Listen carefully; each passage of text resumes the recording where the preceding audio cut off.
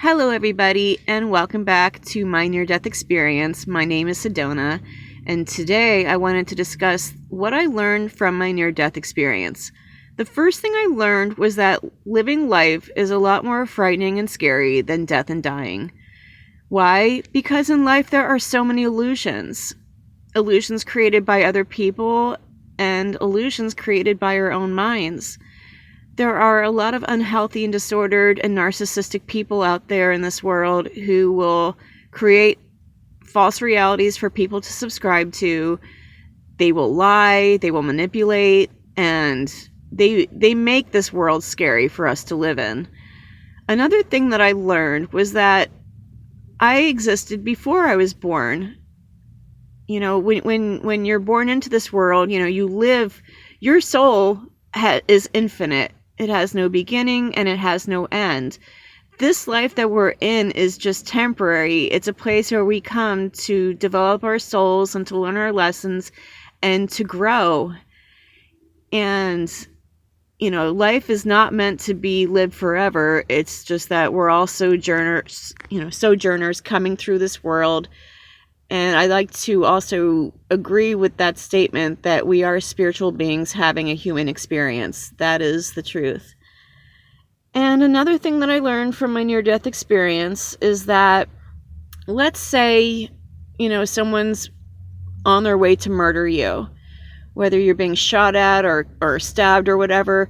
I learned that oftentimes what God will do is that God will take you out of your body before the point of getting shot or stabbed or whatever.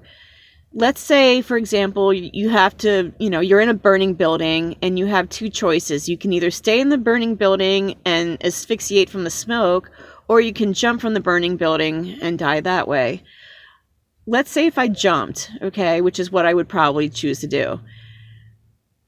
As I'm jumping and falling down, that's when your spirit leaves your body, not when you hit the ground. Now, I can't say that about everybody, but that's one thing I learned, because when I had my near-death experience, I was asleep in my house, and it was about 4:51 in the morning when the perpetrators came to murder me. I already left my body before they even got to my house to attack me.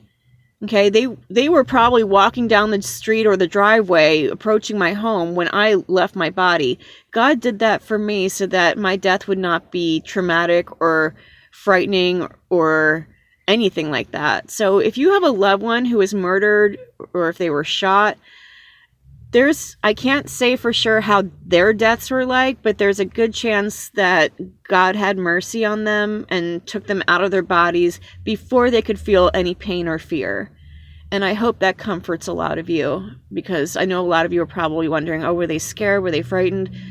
You know, like I said, I can't really predict how your loved ones felt when they passed, but I will tell you that in my case, in my death, I was already out of my body before they even had a chance to attack me.